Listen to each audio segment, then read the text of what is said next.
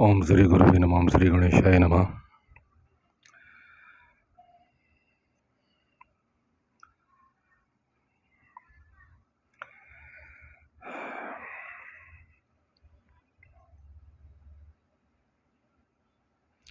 मेरे श्रोताओं, पिछला प्रसंग आप गंगा देवी का सुन चुके हैं और अब उससे आगे शांतनु ने पूछा, देवी ये आपव नाम के महात्मा कौन है? आपव नाम के महात्मा कौन है और वसुओं का क्या अपराध था जिससे आपके शाप से उन सबको मनुष्य योनि में आना पड़ा?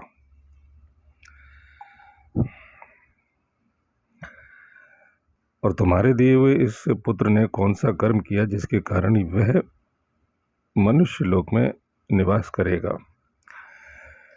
जाह्नवी, वसु तो समस्त लोकों के अधीश्वर हैं, वे कैसे मनुष्य लोक में उत्पन्न हुए, ये सब बात मुझे बताओ। वैशंपायन जी कहते हैं, नरश्रेष्ठ जन्मेजय, अपने पति राजा शांतनु के इस प्रकार पूछने पर जन्मु पुत्री गंगा देवी ने उनसे इस प्रकार कहा।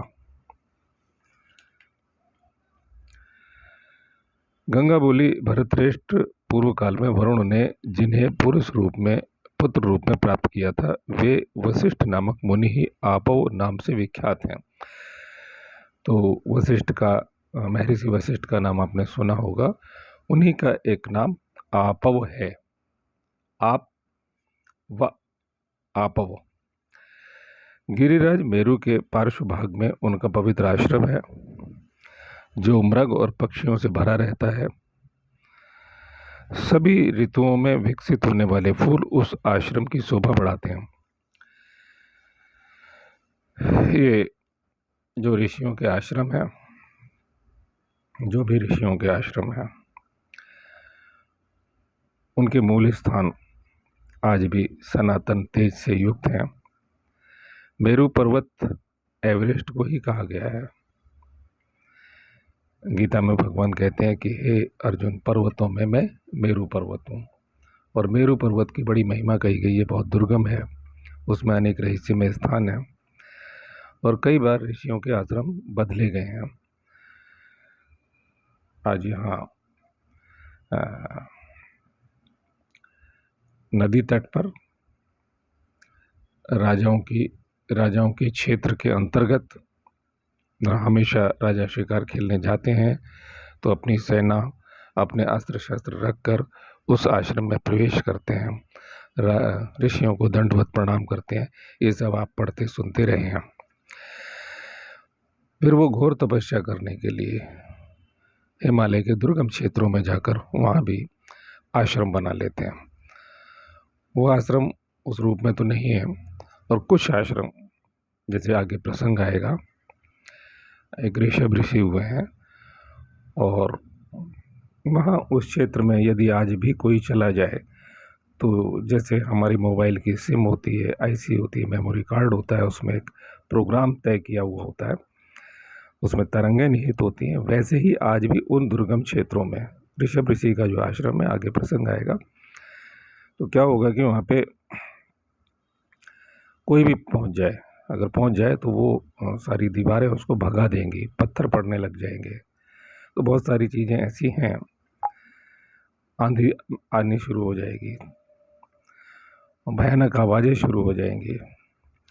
अब वो जो झूठे आत्मज्ञानी हैं, जिन्हें भ्रम हो गया है, जिन्हें थोड़ा भाई आनंदमय कोश जिनका थोड़ा सा छिड़ गया है, जिन्हें लग रहा है कि हमारे रोम रोम से आनंद आ गया है, अब तो हमें गुरु बन जाना चाहिए, ऐसे लोगों को उसका बोध नहीं होता।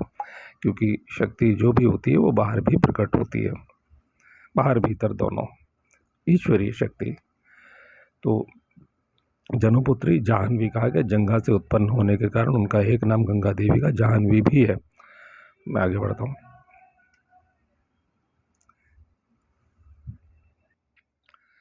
गिरिराज मेरु के पार्श्व भाग में उनका पवित्र आश्रम है जो मृग और पक्षियों से भरा रहता है। सभी ऋतुओं में विकसित होने वाले फूल उस आश्रम की शोभा बढ़ाते हैं। अब उत्तराखंड का, आप जो हिमालय का ही एक क्षेत्र है, कुछ हिस्सा ऐसा है कि जहाँ पेड़ पौधे हैं, ये मृग हैं, पक्षी हैं, फूल हैं। तो आइस लाइन यानी बर्फ़ की सीमा रेखा एक निश्चित समुद्र तल से ऊंचाई के बाद शुरू होती है। भरतवंश शिरोमणि उस वन में स्वादिष्ट फल और मूल जल की सुविधा थी। पुण्यवानों में श्रेष्ठ वरुण नंदन महर्षि वशिष्ठ उसी में तपस्या करते थे। महाराज दक्ष प्रजापति की पुत्री ने जो देवी सुरभि नाम से विख्यात हैं, कश्यप जी के सहवास से एक गौ को जन्म दिया था।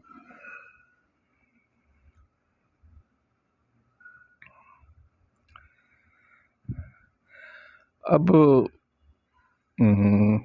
आपको शंका हो जाएगी कि भाई कश्यप जी की दक्ष प्रजापति की पुत्री ने जो देवी सुरभि के नाम से विख्यात हैं, कश्यप जी के सहवास से एक गौ को जन्म दिया था। अब गाय कैसे पैदा हो गई उनके अंश से? दो प्रकार हैं। एक तो वो सिद्धांत कि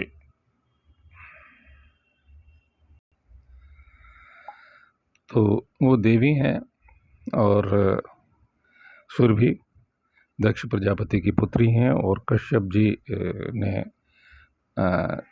अपने पिछले प्रसंगों में देखा होगा, सुना होगा आपने कि किस प्रकार सृष्टि की उत्पत्ति हुई है। कीट पतंग जीवाणुओं से लेकर के वनस्पति और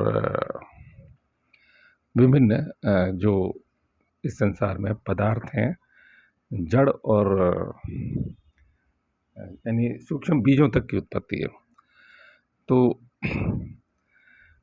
अभी मैं बाबा विशुद्धानंद का प्रसंग कहूँगा। तो यहाँ बनारस में जो आश्रम है उसके बारे में कुछ ऐसी बातें हैं जो कि आपने ना कहीं पढ़ी होंगी ना सुनी होंगी। और मैंने बताया मेरी तंत्र परंपरा जो शर्मा जी से श्री अरुण कुमार शर्मा जी से शुरू होती है। मैं उनका वंश गुरु परंपरा का, और योग विद्या के जो मेरे गुरुदेव हैं भगवान कपिल देव जी महाराज, और आदि गुरु जो परंपरा चली आ रही है कपिल मुनि जी से।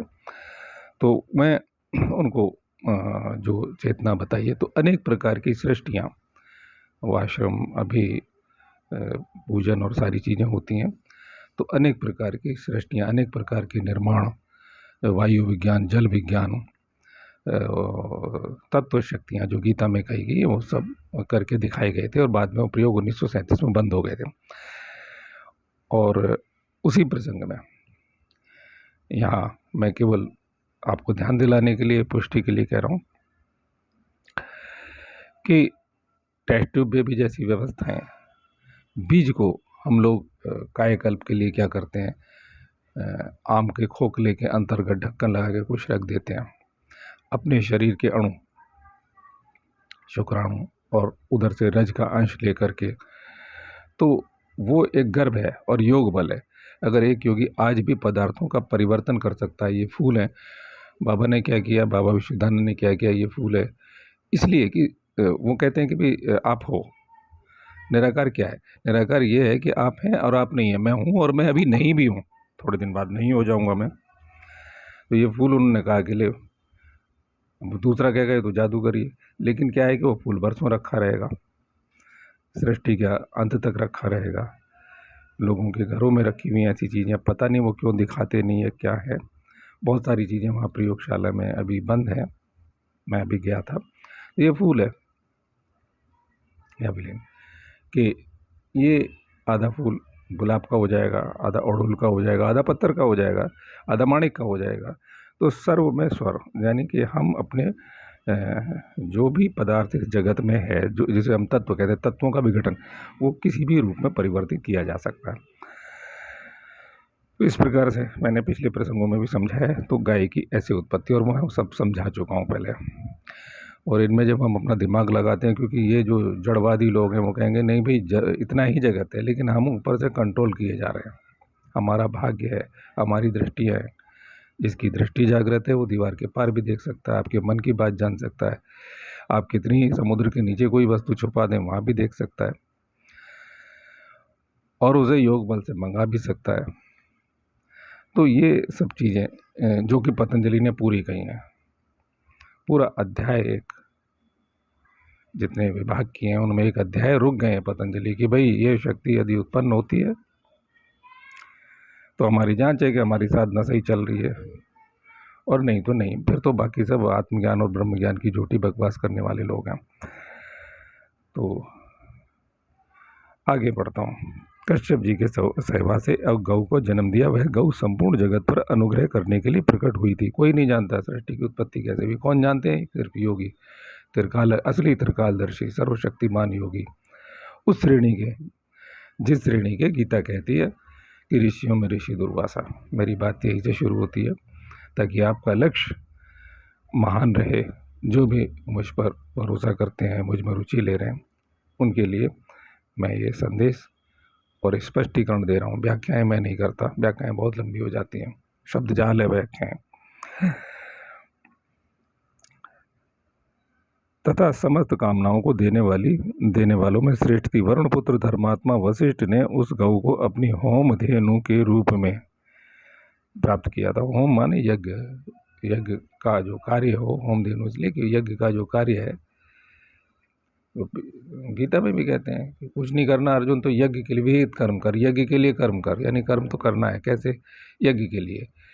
दूसरे तो वो है कि हम जो रोजगार करते हैं अपने।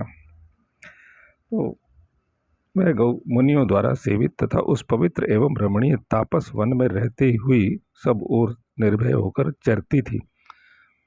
भरत श्रेष्ठ, एक दिन उस देव ऋषि सेवित वन में पृथु आदि वसु तथा संपूर्ण देवता पधारे। वे अपनी स्त्रियों के साथ उस वन में चारों ओर विचरने तथा रमणीय पर्वतों और वनों में रमण करने लगे। इंद्र के समान पराक्रमी महिपाल उन वसुओं में से एक की सुंदर पत्नी ने उस वन में घूमते हुए उस समय उस गौ को देखा। राजेंद्र, संपूर्ण कामनाओं को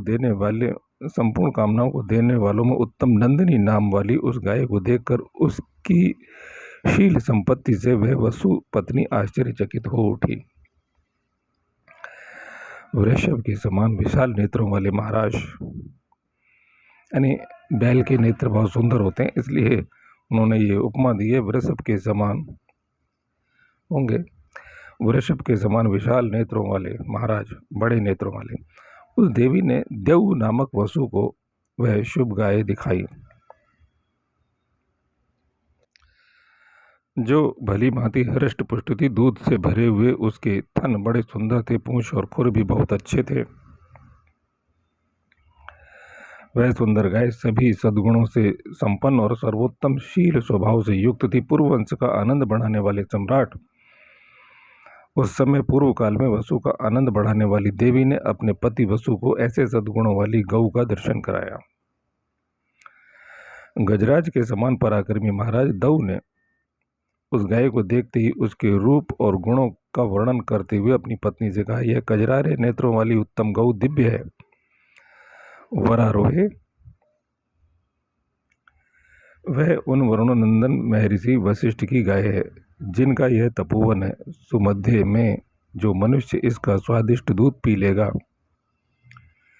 वह 10,000 वर्षों तक जीवित रहेगा और उतने समय तक उसकी युवा अवस्था स्थिर रहेगी।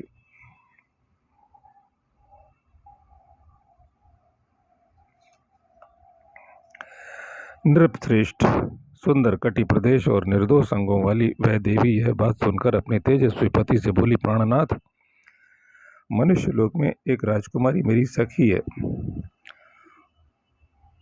उसका नाम है जितवती। वह सुंदर रूप और युवा अवस्था से सुशोभित है, सत्य प्रतिज्ञा, बुद्धिमान राज ऋषि उशीनर की पुत्री है। देखिए, राजाओं के गुणों को प्रकट किया जा रहा है। सत्य प्रतिज्ञ, बुद्धिमान राज ऋषि उशीनर की पुत्री है। नाम से पहले गुण है उनके।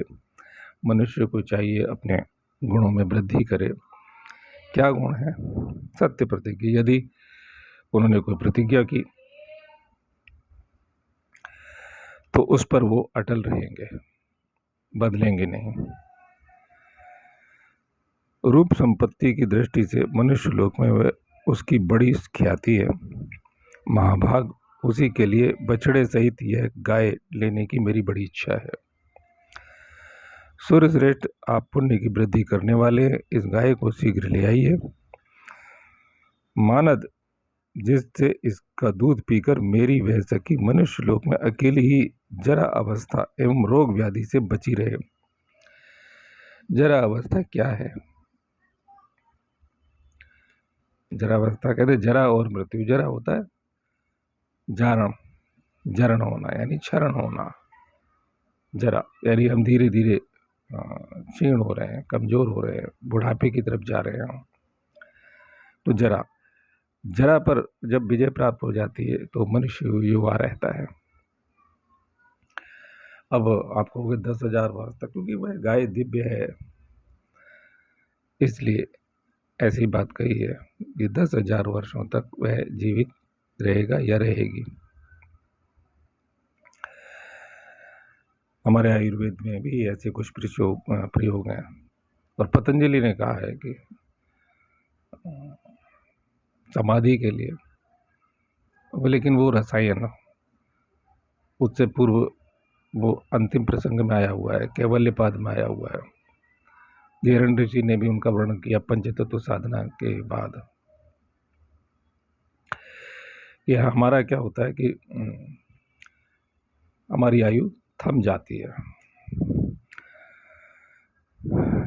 उन आयुर्वेदिक औषध सेवन करने से, जिससे हमें आगे की साधना में सहायता मिलती है, हम मृत्यु को ना प्राप्त हो जाए, अकाल मृत्यु को ना प्राप्त हो जाए। और योगी की अकाल मृत्यु क्या है कि उसकी साधना अधूरी छूट गई है। वो 100 बरस का होकर मरा तो हम तो कहेंगे आयु पूर्ण हो गई, लेकिन नहीं, आयु पूर्ण कैसे हो गई?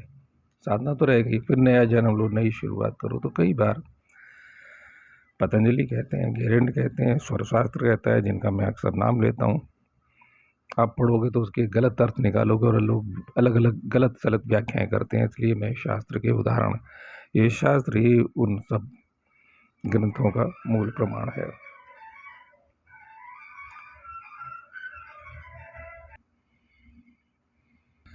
आगे पढ़ते हैं। माना जिससे इसका दूध पीकर मेरी वह सखी मनुष्य लोक में अकेली ही जरा अवस्था में रोग व्याधि से बची रहे। महाभाग, आप निंदा रहित हैं, मेरे इस मनोरथ को पूर्ण कीजिए। मेरे लिए किसी तरह भी इससे बढ़कर प्रिय अथवा प्रियतर वस्तु दूसरी नहीं है। उस देवी का ये वचन सुनकर उनका प्रिय करने की इच्छा से देव नामक वसु ने पृथु आदि अपने भाइयों की सहायता से उस गऊ का अपहरण कर लिया। राजन, कमल दल के समान विशाल नेत्रों वाली पत्नी से प्रेरित होकर देव ने गऊ का अपहरण तो कर लिया, परंतु उस समय उन महर्षि वशिष्ठ की तीव्र तपस्या के प्रभाव की ओर वे दृष्टिपात नहीं कर सके और न यही सोच सके कि ऋषियों के कोप से मेरा स्वर्ग से पतन हो जाएगा।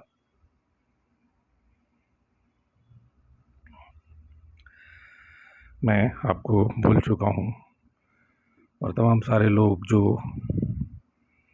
स्थूल बुद्धि के हैं सोचते हैं ये संसार सच्चा है, इसके अलावा कुछ नहीं है। ये स्वर्ग से पतन, स्वर्गों में भी कई प्रकार का वर्णन है। ये जिस स्वर्ग का वर्णन कर रहे हैं वसु, जिस दिव्य स्वर्ग में रहते हैं। और मैं बता दूं, पुष्टि के लिए पोषो की किताब है, जिनको हो जाते हैं पाइयाँ और मैं मृत्यु सिखाता हूँ, उसमें भी ओशो जैसे लोग, क्योंकि जो तार्किक लोग हैं और ये मानते हैं ओशो ने अगर कह दिया है तो वो सही है, क्योंकि ओशो तो शास्त्रों को तोड़ते मरोड़ते हैं, अपने अनुसार व्याख्याएं करते हैं, शक्ति से इनकार करते हैं, गिरते पड़ते हैं, जेल जाते हैं, दुख भोगते हैं, सुख भोगते हैं, साधारण जीवन जीते हैं, ऐश्वर्यपूर्ण लोगों के लिए। लेकिन शास्त्रों की भाषा में एक साधारण मनुष्य का जिसमें कोई दिव्यता नहीं है, तो वो कहते हैं कि उच्चतर देवी योनियाँ प्राप्त होती रहती हैं। जो ओशो के भक्त हैं भाई, उन्होंने पढ़ लिया होगा। और वो नरक का भी वर्णन कहते हैं कि इस लोक में भी नरक जैसा है। वो खुद कहते हैं कि मैंने नरक भोगा इतने दिन, उन्हीं की किताबों में, उन्हीं के प्रवचनों में। तो उच्चतर देव योनियाँ प्राप्त होती रहती हैं और जिसका वर्णन लोक लोकांतरों का गीता भी करती है, आप पढ़ते होंगे। तो स्वर्ग से मेरा पतन हो जाएगा।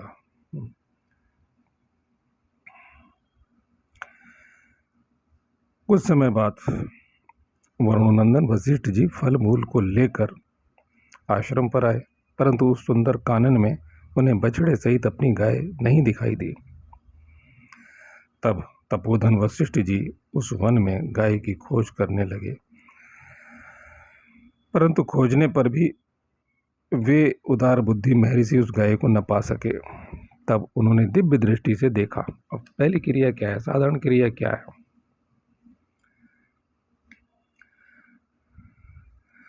साधारण क्रिया तो यही है कि भाई गाय को ढूंढेंगे, अब नहीं मिली तो उन्होंने आंख बंद कर ली, अपनी दिव्य दृष्टि से देखा और वो जान गए कि वसुओं ने उसका अपहरण किया है। फिर तो वे क्रोध के वशीभूत हो गए और तत्काल वसुओं को शाप दे दिया। और अब एक प्रश्न आप और उठाएंगे कि भाई वो स्वर्गलोक और वहाँ का जो जगत है, स्वर्गलोक वहाँ का जो जगत है वो दूसरे परमाणुओं का, दूसरे तत्वों का बना हुआ है, और ये पंच तत्व का लोक है। या स्थूल गाय हिमालय के क्षेत्र में मेरू पर्वत, जिसे आप एवरेस्ट बोलते हैं, पर्वतों में मैं मेरू हूँ। तो अब वो गाय वहाँ कैसे पहुँच गई? तो आपको ये बताना है, आप भरोसा करो या ना करो। अभी सुंदरवन का डेल्टा है, सुंदरवन का डेल्टा भूगोल पढ़ने वालों ने पढ़ा होगा, कलकत्ता में। तो वहाँ जो है, जो वनस्पति वैज्ञानिक हैं, भूवैज्ञानिक हैं और जो अन्य प्रकार के वैज्ञानिक हैं, मिट्टी से संबंधित, जल से संबंधित, वो सारे लोग ये कहते हैं कि 5000 साल से ये वन अछूता है, दलदल है उसमें। तो यानी कि वहाँ मनुष्य नहीं गया है। ऐसे ही अलकुफा का वर्णन ओशो करते हैं। रेगिस्तान के बीच में पूरा एक सूफी संप्रदाय का आश्रम है। ओशो ही वर्णन करते हैं कि असली जो ओशो की आवाज़ इसलिए बोलता हूँ क्योंकि लोग अंधे भक्त हैं, फिर वो ये भी मान लेते हैं कि भाई कोई आत्मज्ञान ब्रह्मज्ञान ऐसा ही होता होगा, क्योंकि वो बेहोश होकर गिर जाते हैं, उनके दांत उखड़ जाते हैं शुगर से, कान के पर्दे गलने लगते हैं। वो जहर वहर तो बाद में दिया है जो उन्होंने कहा, उन्हीं की वाणियाँ मैं अनेक बार किताब दिखा करके पढ़ता रहा हूँ। तो वो कहते हैं कि भाई असली जो विश्वनाथ मंदिर है, अंडरग्राउंड है, और मैं उसके बारे में अभी जब विशुद्धानंद परमहंस जी के बारे में, बाबा के बारे में बताऊंगा ज़्यादा, तो आपको बहुत सारी रहस्यमय चीज़ें समझ में आएंगी और आप ये मानने को कम से कम थोड़ा तो चिंतन करोगे कि ये सत्य हो सकता है। भाई ये दुनिया इतनी नहीं है जितनी मैं आंखों से देख रहा हूँ, आपको लगेगा। तो अब ऐसे अनेक स्थान हैं। तो वो क्या है, इन्हीं तत्वों का बना हुआ जगत है। अब वसुलोक क्योंकि एक शरीर से वहाँ है, उस लोक में जहाँ से उनका पतन हो जाएगा, और दूसरे शरीर से एक स्थूल जगत और है जहाँ वो नंदिनी को लेकर के गए हैं। वहाँ चीज़ें कुमलाती नहीं हैं। जैसे मैं अगर अपनी आयु को रोक दूँ यहीं कहीं, या कोई भी व्यक्ति आयुर्वेद के कायाकल्प, जो दुग्ध कल्प, मट्ठा कल्प, कुटी प्रवेश विधि के जो होते हैं, तो वो जो कायाकल्प में वो अस्थायी होते हैं। कुछ दिव्य रासायनिक जो प्रयोग होते हैं और जो दिव्य जड़ी बूटियाँ, वो यानी कि उस 10 मिनट के अंदर, मिनट कैलकुलेट कर रहा हूँ, पल है, क्षण है ना। तो जैसे घटी होता है आयुर्वेद में, उसमें ज्योतिष शास्त्र में, तो हम जो है, जो अगर उतनी देर के अंदर उन बूटियों का सेवन करना है। तो पतंजलि कहते हैं घेरंड पुष्टि करते हैं, स्वर शास्त्र पुष्टि करता है। स्वर शास्त्र माने तत्व शास्त्र है। तो वो शिव पार्वती संपाद के अंतर्गत तो वो पुष्टि करता है कि भाई हम स्थायी रूप से दीर्घायु हो जाएंगे, युवा रहेंगे। तो उन तत्वों का जगत है। तो वहाँ एक शरीर से वहाँ और दूसरे शरीर में वसुएं जगत के अधीश्वर बताए गए हैं, क्योंकि 33 कोटि देवता एक संचालन करते हैं, ब्रह्म की ईश्वरीय व्यवस्था का संचालन कर रहे हैं। अगर आप माने तो ठीक है, मैं मनवा नहीं रहा, मतलब एक दृष्टि, एक चिंतन कि ऐसा हो भी सकता है। तो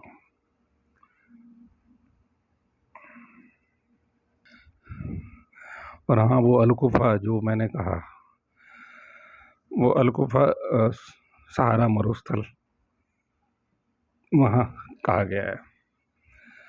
और जैसे कि आप लोग कहते हैं मंसूर, तो मंसूर सच्चे सूफी नहीं थे जिसे मार दिया जाए, काट दिया जाए।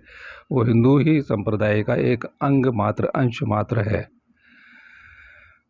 क्योंकि मार दिया गया तो ब्रह्मज्ञानी कैसा, वो कहता था ना अला हक मैं ही अल्लाह हूँ।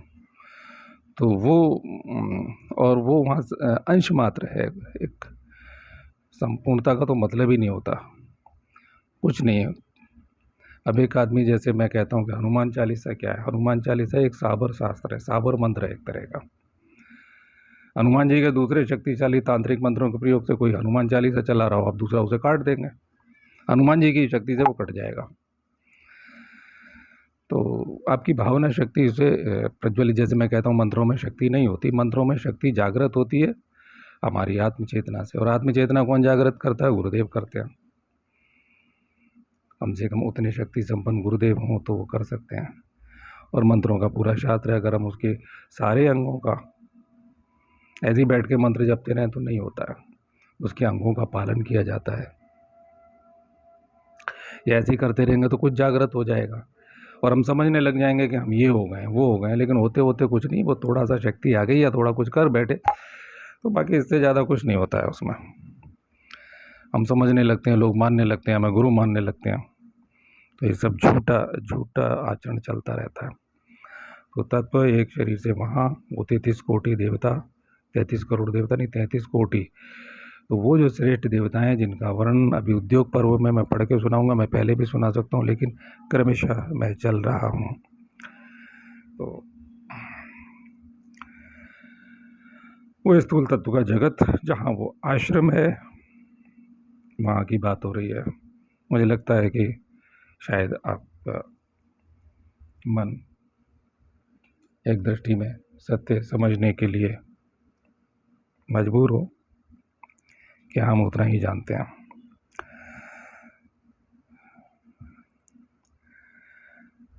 वसुओं ने सुंदर पूंछ वाली मेरी कामधेनु गाय का अपहरण कर लिया है। क्या श्राप दिया उन्होंने? इसलिए वे सब के सब मनुष्य योनि में जन्म लेंगे, इसमें संशय नहीं है। अब उस स्वर्ग से वो नीचे गिरेंगे। भरतर्षभ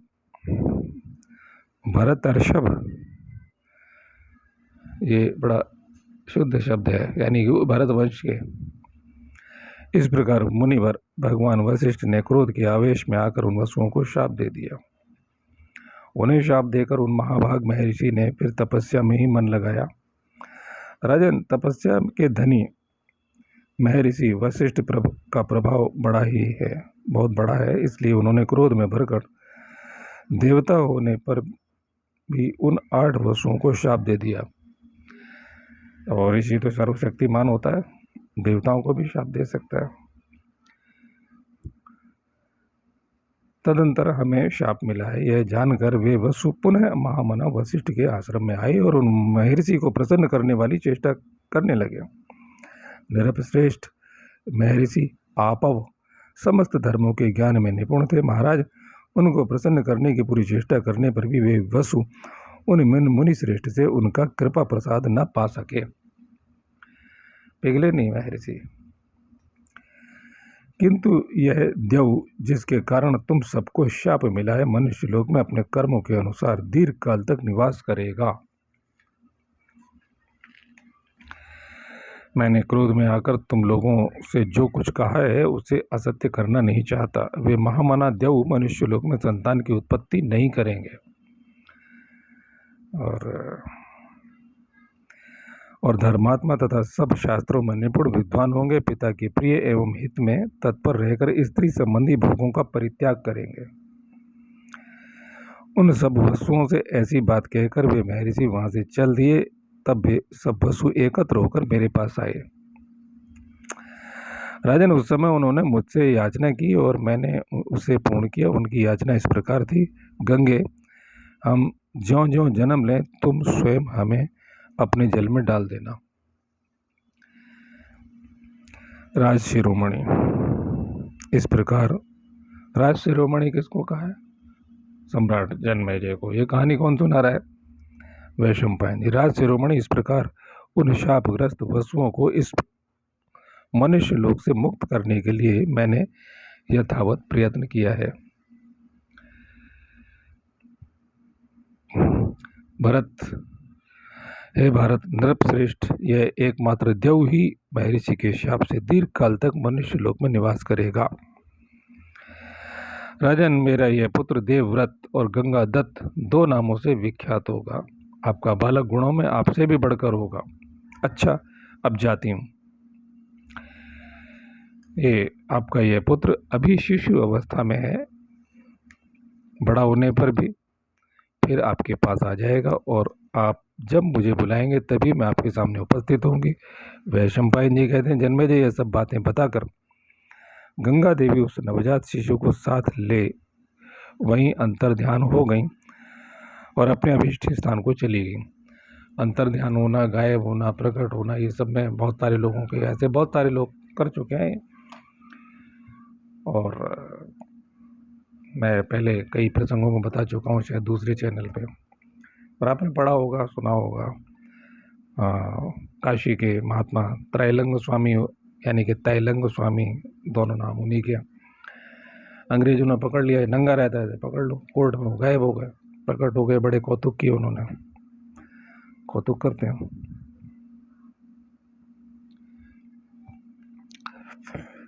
तो आप भी आगे बढ़ें, जो साधना मार्ग में रुचि लेने वाले लोग हैं।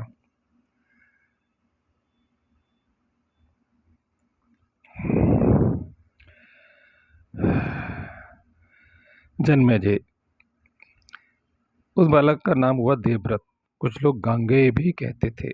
द्यू नाम वाले, द्यू का नाम देव है।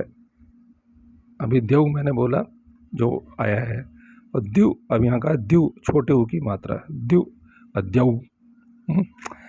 तो ये क्या है कि एक ही यहाँ व्याख्या दी गई है कि द्यू का ही नाम देव है, जैसा कि पहले भी कई बार आ चुका। वसु शांतनु ने द्यू नाम वाले वसु शांतनु के पुत्र होकर गुणों में उनसे भी बढ़ गए। इधर शांतनु शोक से आतुर हो पुनः अपने नगर को लौट आए। शांतनु के उत्तम गुणों का मैं आगे चलकर वर्णन करूंगा। कौन करेंगे? वैशंपायन जी। उन भरतवंशी महात्मा नरेश के महान सौभाग्य का भी मैं वर्णन करूंगा, जिनका उज्जवल भविष्य, जिनका उज्जवल इतिहास महाभारत के नाम से विख्यात है। प्रिय श्रोताओं, बहुत से ऐसे लोग हैं जो, मैं ये तो महाभारत पढ़ रहा हूँ, इस पे दूसरे चैनल पे मैं योग तंत्र की कुछ ठोस बातें, ठोस तथ्य आपके समक्ष रखता हूँ। कुछ लोग हैं जो मुझे जो सुनना बंद कर देते हैं, मेरी सदस्यता, यानी मुझे अनसब्सक्राइब कर देते हैं। कुछ दिन खामोश रहते हैं, फिर से मुझे सब्सक्राइब करते हैं, तो मुझे पता लग जाता है और मुझे फ़ोन भी करते हैं कि हम मजबूर हो जाते हैं। हमें लगता है इस आदमी को सुनना नहीं चाहिए। क्यों नहीं सुनना चाहिए? कि मैं आपका जो पढ़ा लिखा है, जो गुरुओं का सत्संग है, वो सारा मैं तो कुछ नहीं कर रहा हूँ, मैं तो वो कह रहा हूँ जो मैं हूँ और जैसा हूँ आपके सामने प्रस्तुत हूँ, एक साधारण भाव से जो मुझे आता है, मेरे गुरुदेव ने जो भी मेरी चेतना में दिया है। मैं ये कहूँ कि इतनी बड़ी मेरी चेतना जगा दी है, या कोई बड़े शब्द, भाई मैं साधारण आदमी हूँ, आप जैसा हूँ, बस गुरुदेव की कृपा है, कृपा प्रसाद का हूँ एक अंश मात्र, तो वो मैं बोल रहा हूँ, सुना रहा हूँ, अपनी बात आपको कह रहा हूँ। और आप कह लो तो बहुत साधारण भाषा में अपना शौक पूरा कर रहा हूँ, कुछ भी कह लीजिए, कोई भी नाम दे दीजिए, लेकिन क्या होता है वो फिर उन्हें लगता है कि नहीं, इस आदमी की बात सुननी चाहिए, तो आप मुझे बर्दाश्त कर रहे हो, उसका मतलब आप सुनना भी चाहते हो, नहीं भी सुनना चाहते हो, कुछ हैं ऐसे लोग। तो लेकिन मैं यही कहूँगा, क्योंकि मैं अकेला हूँ, शायद यूट्यूब को खंगालोगे आप, तो जो कुछ मैं कह रहा हूँ, मेरा दूसरा चैनल ज़्यादा ठोस बातें प्रस्तुत करता है, ये इसके अंतर्गत तो मैं कह रहा हूँ, ये तो ऋषियों की वाणी, इनकी तो तुलना नहीं हो सकती, बस इनको समझा नहीं गया है। अब यही बात कोई कथावाचक कहेगा तो वो इसमें राग रंग रास लीला, नाचना कूदना, ये वो दुनिया भर का करके जोड़ के अपनी किस्से कहानी गीत चुटकुले कहना शुरू कर देगा। मुझे, यदि मैं भागवत पढ़ता तो आपके आगे रखता है कि उसमें ठोस तत्व क्या है।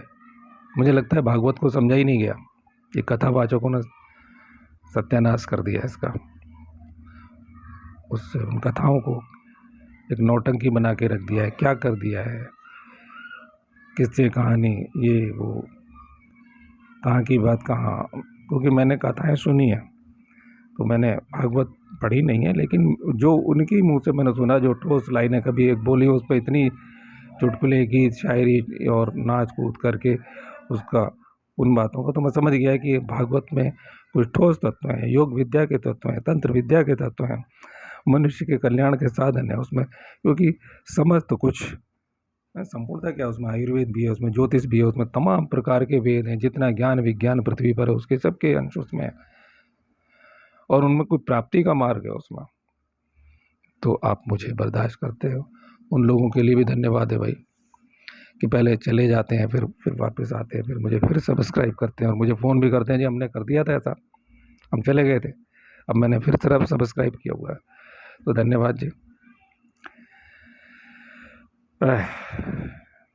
आंखें खुली रखिए, शायद मैं अकेला हूँ जो सबके विरुद्ध, ऐसा लगता है कि मैं सबसे अलग हटके सब विरुद्ध बात कर रहा हूँ, नहीं, ये मैं आपको ऋषियों की वाणी ही किन्हीं किन्हीं रूपों में सुना रहा हूँ, ये तो सीधे पढ़ रहा हूँ। और दूसरे चैनल पे मैं जो भी प्रस्तुत कर रहा हूँ, चाहे तंत्र है, यंत्र है, मंत्र है, तो उनके अंगों को वो ऋषियों का ही दिया हुआ है, मेरे गुरुदेव का दिया हुआ है मुझे, तो मैं वो बोल रहा हूँ। ओम तत्सत।